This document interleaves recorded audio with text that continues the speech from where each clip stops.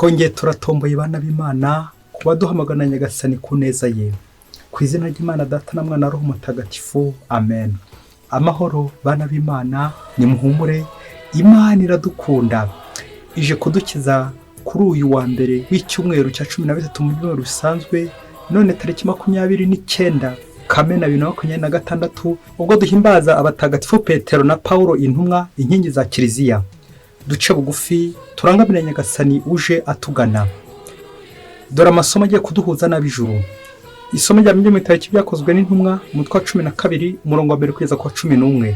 Icyo gihe umwami Herodi atangira kugira nabi bamwe muri Kiliziya, yicisha inkota Yakobo umuvandimwe wa Yohani. Abonye ko ibyo bishimishije Abayahudi, yongera no gufata Petero, ubwo hakaba mu munsi mikuru y'imigati idasembuye. Amaze kumufata amushyira mu buroko, ategeka amatsinda 4, rimwe rigizwe n'abasirikare 4 kumurinda. Yashakaga kumuhingutsa imbere ya rubanda nyuma y'umunsi mukuru wa Pasika. Petero aguma mu buroko, ariko Kiliziya ikamusabira ku Mana ubudatuza. Herodi araye ari bumutange ngo acirwe urubanza. Muri iryo joro Petero akaba arasinziriye, akikijwe n'abasirikare 2 kandi aboheshejwe iminyururu 2, n'abarinzi bahagaze mu mwanya wabo imbere y'umuryango. Ako kanya umumarayika wa Nyagasani arahatunguka, maze urumuri rutangaza muri ubwo buroko. Uwo mumarayika akomanga Petero mu mbavu, amukangura amubwira ati, haguruka bwangu. Iminyururu ihita imuva mu maboko iragwa. Umumarayika aramubwira ati, kenyera wambare n'inkweto zawe. Abigenza atyo, maze umumarayika yongera kumubwira ati, yifubike igishura cyawe maze unkurikire. Nuko Petero asohoka amukurikiye, ariko atazi ko ibyakorwaga n'umumarayika ari ukuri, ahubwo akibwira ko ari inzozi yarose. Banyura ku barinzi ba mbere, hanyuma no ku ba kabiri, maze bagera ku rugi rw'icyuma rwerekeraga mu mujyi. Rurikingura ubwarwo. Barasohoka barenga umuhanda umwe, ako kanya umumarayika amusigaho. Nuko Petero ngo agarure umutima aravuga ati, noneho menye by'ukuri ko Nyagasani yohereje umumarayika we akangobotora mu biganza bya Herodi, kandi akankiza n'imihigo yose y'imbaga y'Abayahudi. Iryo ni ijambo ry'Imana. Zaburi 34. Inshuti za Nyagasani azikiza ibyazikuraga umutima byose. Nzashimira Uhoraho igihe cyose, ibisinzo byo bizahora ubudahema mu munwa wanjye. Ishema mfite ryose ndikesha Uhoraho, abintamenyeka niba byumve maze bishime. Nimwogeze Uhoraho hamwe nanjye, twese hamwe turatira izina ry'icyarimwe. Nashakashatse Uhoraho aransubiza, nuko ankiza ibyankuraga umutima byose. Abamurangamira bahorana umucyo, mu maso habo ntiharangwa ikimwaro.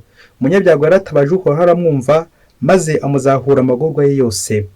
Umumarayika w'Uhoraho aca ingando hafi y'abamutinya akabagoboka.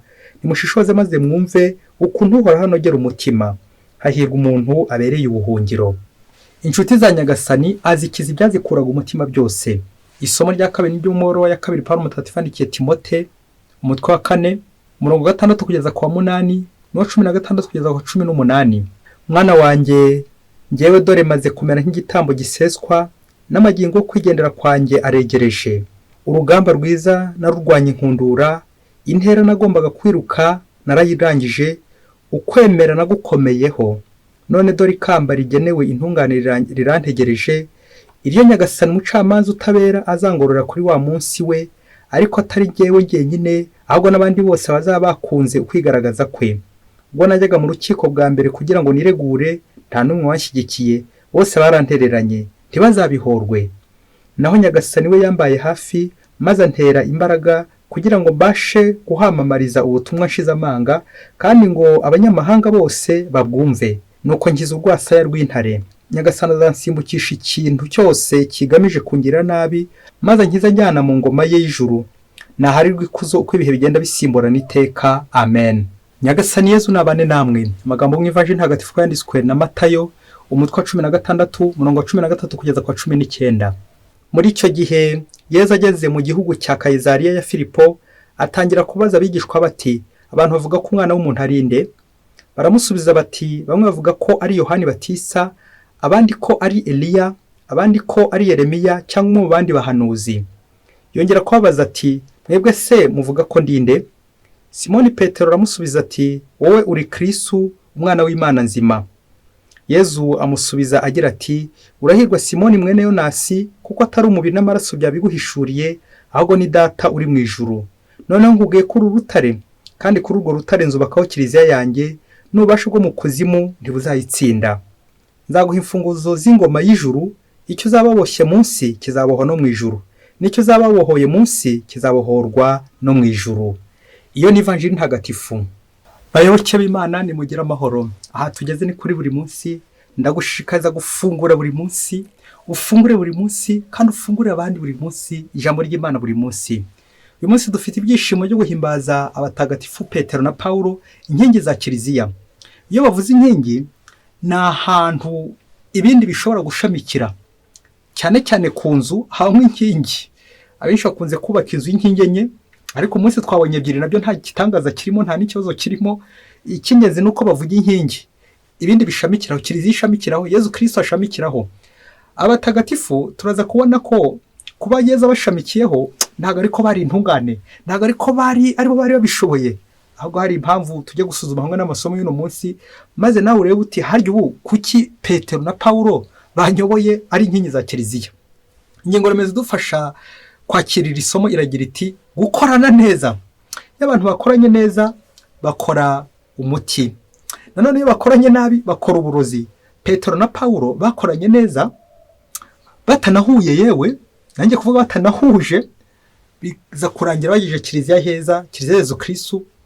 Nibwo nyine kiriho kubera ko Kristo yahisemo kwishigira kubagaho b'intwari bakomeye, Petero na Pawulo.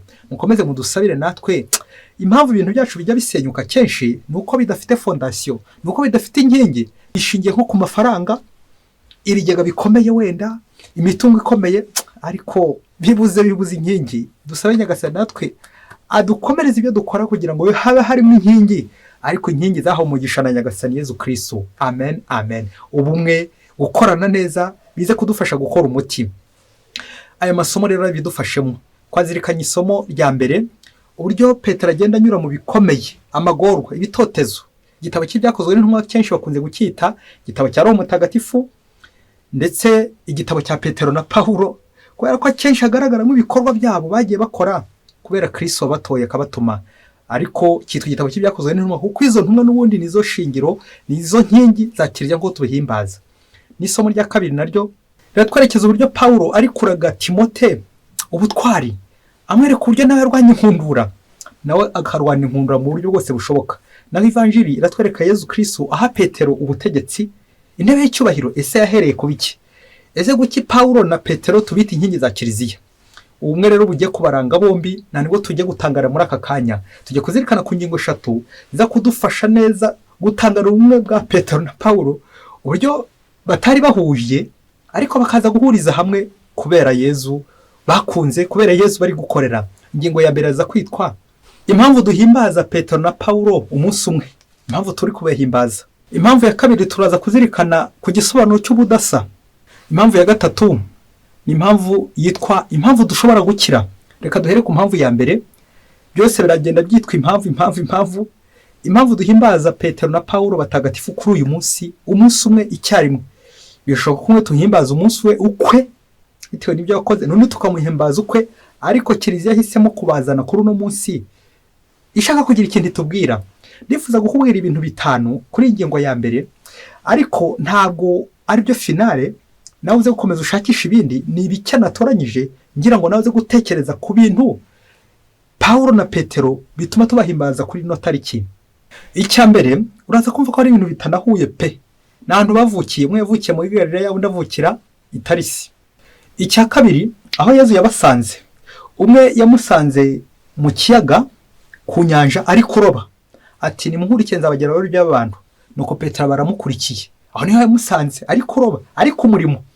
Hanyuma Pawulo hano yamusanze harasekeje, kandi koko ni nahabi, reka mvuge ntyo, yamusanze ari ku nzira y'i Damasi. Bishoboke ko nawe yaragiye gushaka ifunguro, kuko hari abantu tubona ifunguro ku buryo bwinshi.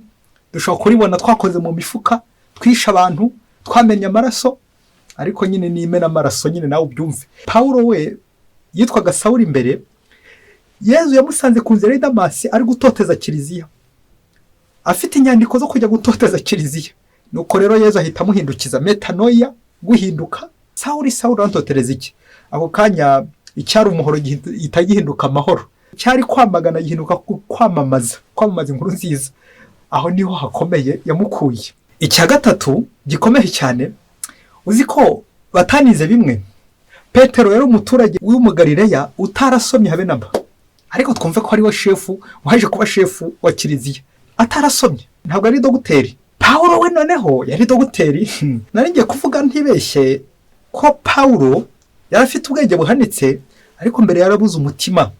Mu gihe Petero we yari afite uwo mutima, ariko abuze mu mutwe cyane bitarimo neza. Ariko ibyo Yezu akabishingiraho, atumwe afite umutwe, undi afite umutima. Reka bombi bahuze ndebe uburyo nashingiraho Kiliziya yanjye. Niyo ibintu Yezu ajya akora ku buryo twebwe dutamenya ibyo akoze n'ahahereye n'impamvu biteye. Ariko Yezu arakureba avuga ati, ufite iriya defo, ndabona mwanyiretse ku ruhande, ngafata iriya karite yawe, ngafata biriya byiza byawe. Nuko Yezu yabigenje, nuko inkingi zaje kuboneka, Petero na Pawulo, kandi bombi umwe ni umuswa. Nari ngiye kuvuga Jezimeskize Pawulo, Petero mbabarire ntandakarire, umwe ntabwo ari umuhanga, reka nkoreshe mvugo, undi we ni umuhanga. Yezu abo bombi akabakoresha, umwe ku ruhande undi ku rundi, Kiliziya ikazamuka. Babyeyi murumva icyo atari gitangaza. Ikindi nanone twahinira mwaha, ntabwo bari bahuje karagiteri. Umwe yari igihubutsi, undi ashishoza, birumvikana. Ibyo nta nubwo ari byo twatinda, ariko reka ajye gucya kane. Ubutumwa bahawe bamaze gutorwa, umwe ahawe ubutumwa hafi Yerusalemu ari we Petero, undi ahabwa ubutumwa mu mahanga ari we Pawulo. Pawulo intumwa y'amahanga, Pawulo intumwa ya Kristo, ana amazina ya Pawulo. Nuko rero bombi ntabwo umwe yagiye akorera mu mahanga ngo yongeye ahubwo yagiye anagaruka kugisha inama. Murabyibuka inama ya mbere y'i Yerusalemu, premier concile de Jerusalem, yigaga ku kibazo cyo kugenwa abanyamahanga mbere yo kwinjira mu Bukristo. Pawulo yasanze Petero amugisha inama, nuko Kiliziya barayiyobora neza, barayitwara.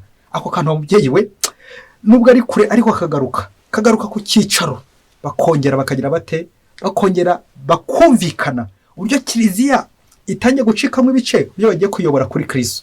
Icya gatanu nacyo nkundura, nacyo gikomeye cyane kurenza ibindi, ntabwo gusa ibyo byose batari bahuje, ahubwo ndifuza gukubwira ahantu hakomeye baje guhurira. Ngo baje guhurira i Roma, nta n'umwe wararitse undi.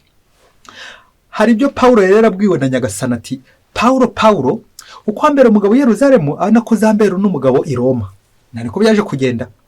No hanyuma abwira na Petero ngo twabizika mu ivanjiri none, Petero urutare, kandi kuri urwo rutare nzubakaho Kiliziya yanjye, nubashe go mu kuzimu ntibuzayitsinda. Ibi byaje kuzwa ryari? Byaje kuza bapfiriye i Roma, bombi baguye i Roma. Pawulo bakamuca umutwe ugasimbuka gatatu kose, nuko ahorwa Kristo atyo azira inkuru nziza. Petero nawe yaje guhorwa Kristo bamubambye ku musaraba, nuko aravuga ati, ntimumbambe nka databuja, nimuncurike byibuze. Iyo niyo mipfire y'izo ntwari. Bose bahuriye hehe? Ku mukiro. Kwa gukorana biganisha ku mukiro, biganisha ku bugingo. Nuko Petero na Pawulo, abantu batandukanye cyane, baje guhurira i Roma.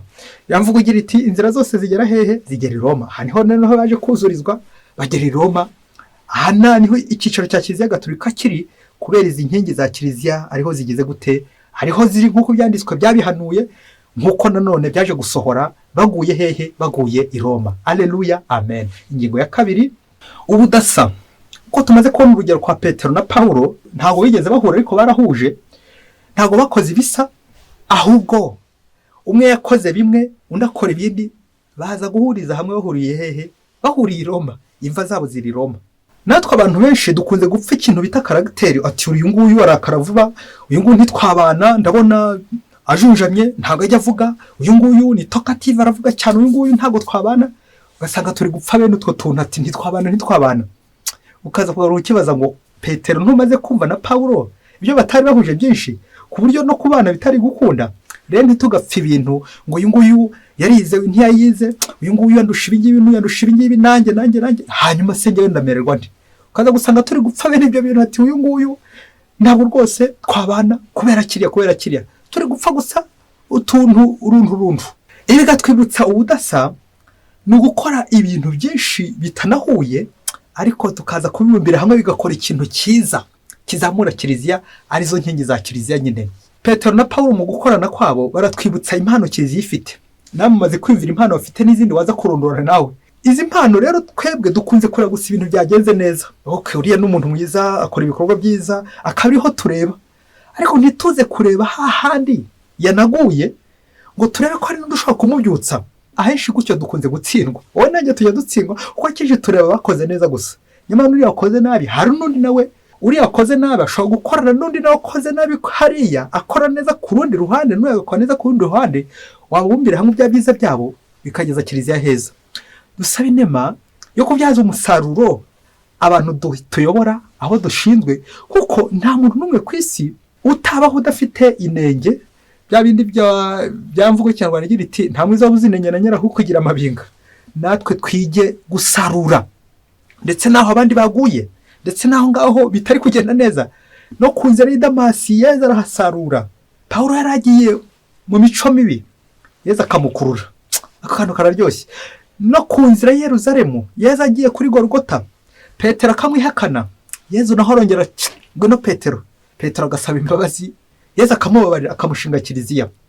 Ibi natwe biratwigisha abatagatifu b'Imena, batwigisha uburyo tujya turwana, dupfa ibintu, dupfa karagiteri, dupfa impano runaka, kandi ari aho ngaho twagombye gushingira ubuzima bwacu ndetse ngo ibintu bigende neza. Ngubwo ubudasa ntabwo ari ugukora bimwe, ahubwo no gukora byinshi cyane binatandukanye, tukaza kubibumbira hamwe bikabyara ikintu kimwe cyiza kigirira Kiliziya akamaro n'isi yose.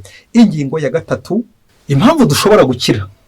Nta kindi ni imvugo igira iti nidukorana neza tuzakora umuti, nanone nidukorana nabi tuzakora uburozi.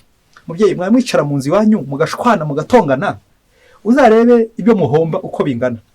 Uzarebe umugabo n'umugore bashwanye, umwe anyuza mu kwaha undi akanyuza mu kundi, urugo rukaba isayo. Kubera iki? Hari ibyo mutari kumvikana. Igihe cyose mu rugo mutari kumvikana, uzamenye ngo ubukire buri kugenda bugabanuka. Kiliziya ashobora gusigasira umutungo wayo ndetse n'umwe bwayo kubera intangarugero, kubera intwari ba Petero na Pawulo.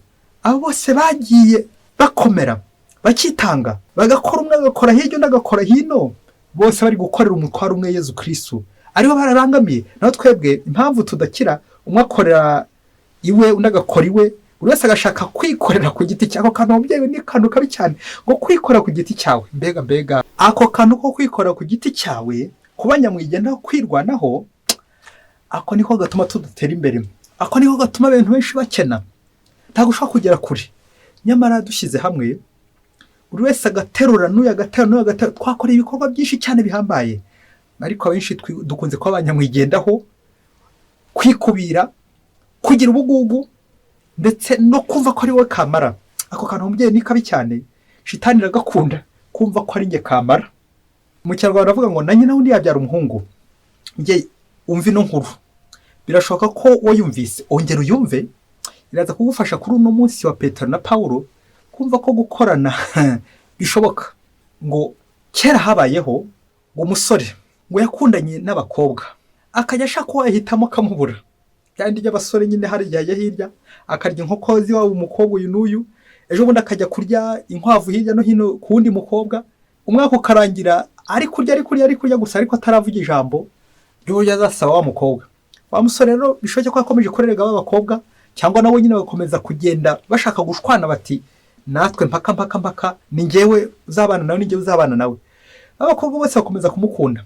Wa musore aza kubura uwo yahitamo, arakomeza.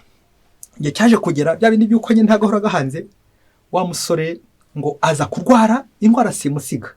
Ngaho fora nyine uburyo abakobwa bagiye kwitwara nyuma ko umusore wabo arembye. Uyu musore ngo aza kujya kwa muganga. Wageze kwa muganga, nanjye kuvuga kuri mahire, asanga abakobwa bose bari mu ivuriro bari kuvura. Ngo umukobwa umwe ngo yakoraga muri consultation muri babandi b'inshuti ze, undi akora muri laboratoire, undi akora muri pharmacie. Uza kumusuzuma, uza kumurebera indwara, ndetse n'uza kumuha imiti. Ngo aragenda ahitira mu isuzumiro, baramusuzuma. Umukobwa wa mbere bamusuzumye, wa wundi bakundanaga, abona indwara. Amaze kuyibona ahita amwohereza kwa laborante. Wakoraga muri labora muvura nawe areba iyo ndwara, arayireba koko aza kuyibona. Amaze kuyibona nawe ajya gucya, amuhereza aho ajya gufatira imiti kwa pharmacienne. Ahageze afata imiti, arakira. ikibazo kikagera giti ko abakobwa ko ari batatu baba n'ibishuti ze bose ko ari batatu bamuvuyeho, reka mvuge kumuvuraho, bamuvuye, ninde muri bo azakunda kurusha abandi? Ninde bazabana muri abo bose? Ninde wakoze igikorwa gihambaye muri abo bose? Ninde wamuvuye muri abo bose? Ninde watumye akira muri abo bose? Ninde wamukijije? Ninde bazabana muri aba? Ari uwamusuzumye, ari warebye indwara, ndetse ari uwashoboye, uwamuhaye imiti? Yibaze nanjye nibaze. Bamwe bati nuwamuvuye, nuwabonye indwara, n'ibindi byinshi cyane ukongeraho. Ariko igisubizo nta kindi, nuko bose bahuriye ku gikorwa kimwe, igikorwa cyitwa gukiza uyu musore, gukiza uyu murwayi agakira. Muzacinye no mu bitaro, burya umuntu umwe ntabwo akiza, hagomba abantu benshi bagenda batembera bazenguruka. Ariko hari n'uwago mu gishuko ati pfu, nijye wamuvuye, nijye wamuteye urushinge, nijye wamuhaye imiti, nijye wamusuzumye, ninjye warebye muri laboratoire, ninjye warebye ikibazo afite, ninjye wakibonye. Ugasanga abantu bari gushwana, kandi ibyo byose bagombye kubishyira hamwe kugira ngo bagire bate, baze kubona umuti, baze gukiza wa murwayi, aze gutaha yakize kubera Imana. Natwe rero dufite impano nyinshi, bamwe baravura, abandi bashobora gutanga imiti, abandi bashobora kumenya ikibazo aho giherereye, ariko icyo tubura ni uguhuza. Kuko abantu benshi turahuzagurika, niyo mpamvu tudakira, niyo mpamvu tudatera imbere. Buriya abantu dushatse gutera imbere twakira pe. Uzi ko ku isi hari ibifaranga byinshi cyane, hari amazu menshi y'imitamerwa, ariko se nikangaho abantu barara inyuma y'ishyamba, abandi bakarara banyagirwa, abandi bakararwa ntabi. Nuko se ku isi habuze amazu? Oya, ku isi hari amazu menshi, ariko se byabujije Yesu kujya gucumbika mu kiraro cy'inka mukavure? Ibyo ngibyo by'akarengane ntitubiceho urubanza cyane. Gusa icyo twashaka kugarukaho cyane ni ubwo buryo dufite ibintu byinshi, ariko kubera ko tutabishyira hamwe bikaza kurangira byose bisenyutse. Kiliziya Yezu Kristo rero yo yifite abayobozi beza bayireberera, bakora uburyo bwose, za mpano zose bazikusanya, bakazibyaza umusaruro, bakaziyobora kuri Yezu Kristo. Icyo nicyo kiranga umuyobozi. Ba Petero, abayobozi za Kiliziya, ba Pawulo n'abandi bose inkingi za Kiliziya, abashumba ba Kiliziya, abayobozi ba Kiliziya, iyaba yamwageragaho mugahuza impano zabo muyobora, Kiliziya yagera kure, Kiliziya yatera imbere. Ariko kubera ishyari, kubera amatiku, kubera gushwana, kubera ingeso mbi n'ibindi byose, n'abashaka guhirika Kiliziya bayicayeho, akaba mwana utema ishami kandi aryicayeho, ibyo nibyo bituma nyine Kiliziya idakomera ngo ishinge imizi uko bikwiye. Ariko niyo handi Yezu yarabihanuye, n'ububasha bwo mu kuzimu ntibuzayitsinda. Wowe ushaka kuyihirika uzapfa mbere yayo, uzagenda mbere yayo, iyo izasigara. Ntabwo ari ubuhanuzi mpanuye, kuko ni ibyanditswe muri Bibiliya n'ubundi. Gusa nashaka kukubwira ko atari ngombwa. Ubujijwe guhirika Kiliziya, ubujijwe kunenga Kiliziya, ubujijwe kunegura Kiliziya, ubujijwe guhirika Kiliziya, ubujijwe kwigira nabi, ahubwo ujye ushaka uburyo wagirira neza. Kuko interuro nsoreje hongera icakarongo nayivuze, iyo abantu bakoranye neza bakora umuti, nanone iyo abantu bakoranye nabi bakora uburozi, baricana. Ndagusabira gukira, ndagusabira gukizwa, nanjye kandi ubisabire, kugira ngo twese icyo dushaka kuri Nyagasani ni umukiro. Niyo Pawulo na Petero baharaniye umukiro w'abantu bose, nuko rero babigeraho bahowe Kristo, baba intwari batyo kubera umukiro w'ingoma y'ijuru. Petero na Pawulo batagatifu, mudusabire buri munsi. Mwese Imana ibahe umugisha. Imana Data na Mwana na Roho Mutagatifu. Amen. Padiri Masumukora Ladislas wa Diocese ya Cyangugu.